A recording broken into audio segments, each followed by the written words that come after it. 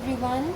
So, as you all know, I am currently doing my last read before INICT examination, and I have mostly completed my previous year questions of INICT for the last 5 years.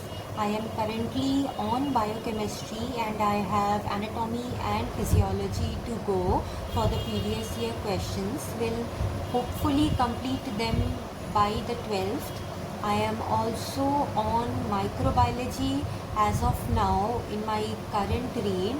I had tried to do this read as fast as possible because I wanted to see how many days it took me for my fastest read to get an estimate before the NEET PG examination, so that I can see whether I'll be able to do 2 reads or not before NEET PG.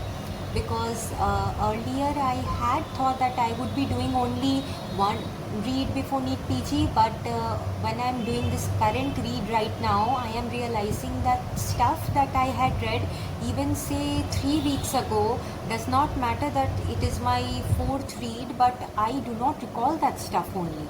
So I would absolutely need to do 2 reads before NEET PG, or I would not be remembering that stuff.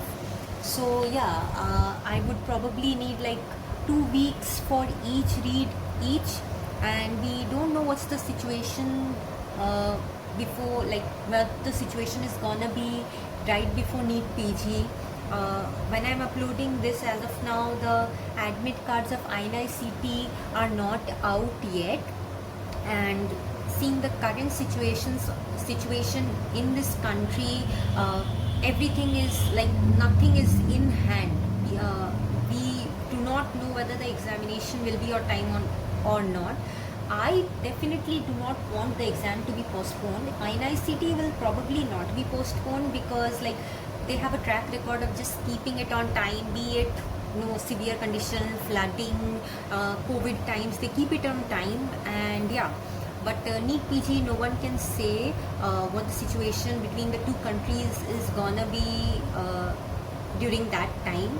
On that note, I was supposed to upload this vlog yesterday, but obviously the situation happened, the Operation Sindoor happened, and I spent the whole morning basically going through Twitter, and there is so much misinformation, guys. Like so many Twitter accounts talking about casualties, talking about drones stricken down, talking about the army's plans and stuff, and I know most of them it's gonna be just a whole, just a vat of misinformation, but I cannot control myself. I go through so many of these accounts. I don't know, there's a morbid fascination, which is a very wrong term to use, but that's what's happening. I am scouring YouTube and Twitter and Reddit for what's happening, what the current situation is. We did have a blackout yesterday in our district at 7 p.m, but actually I do not know whether it was for the mock drill or not, because we also had a massive thunderstorm at that time, and during thunderstorms our lights go down all the time, so we do not really know whether it was for a mock drill or not.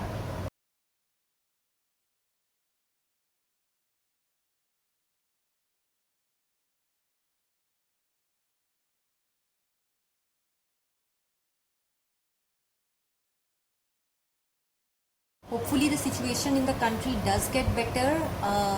Like you gotta have, like, people who scream for war and everything, you gotta have empathy for the countless civilian lives being lost. I went to sleep yesterday, and unfortunately the last thing I saw was, I wasn't even searching for it. I don't know why these videos have been uploaded on YouTube right now. It's a severe violation of privacy. There were 2 children killed in Poonch, and there was a video of one of the kids, the younger kid, and it just put such a sour taste in my mouth before sleeping. I was disturbed mentally even after waking up. The images are so horrific. I have seen such images. As doctors, most of us would have seen very gruesome, avulsion injuries and fractures and everything. And FMT, of course, very severe injuries are there. Like the images are very gruesome again. But seeing this in the news, I don't know. Maybe for 1 year I haven't really worked. When you talk about work in the very traditional sense, so maybe this hit me harder than normal. So yeah, that was that. And after that, in the morning today, I did not have like the mind to study right now. Before that also, I was pretty disturbed because a lot of anxiety again, guys. Like I am reading very quickly, and I am realizing, or maybe I am thinking that I am not remembering things at all, like stuff that I had read pretty well in my previous read. When I'm going through it very fast, I always have that nagging thought in my head that what if I'm doing it too fast, whether I am gonna be able to remember it or not. So yeah, and I think I am developing trichotillomania because of this anxiety. Like I keep picking on my skin, I keep moving around, I am so jittery, I always gotta eat, I always gotta move around and everything, and it's hampering my preparation. Like my mind is not stable most of the times.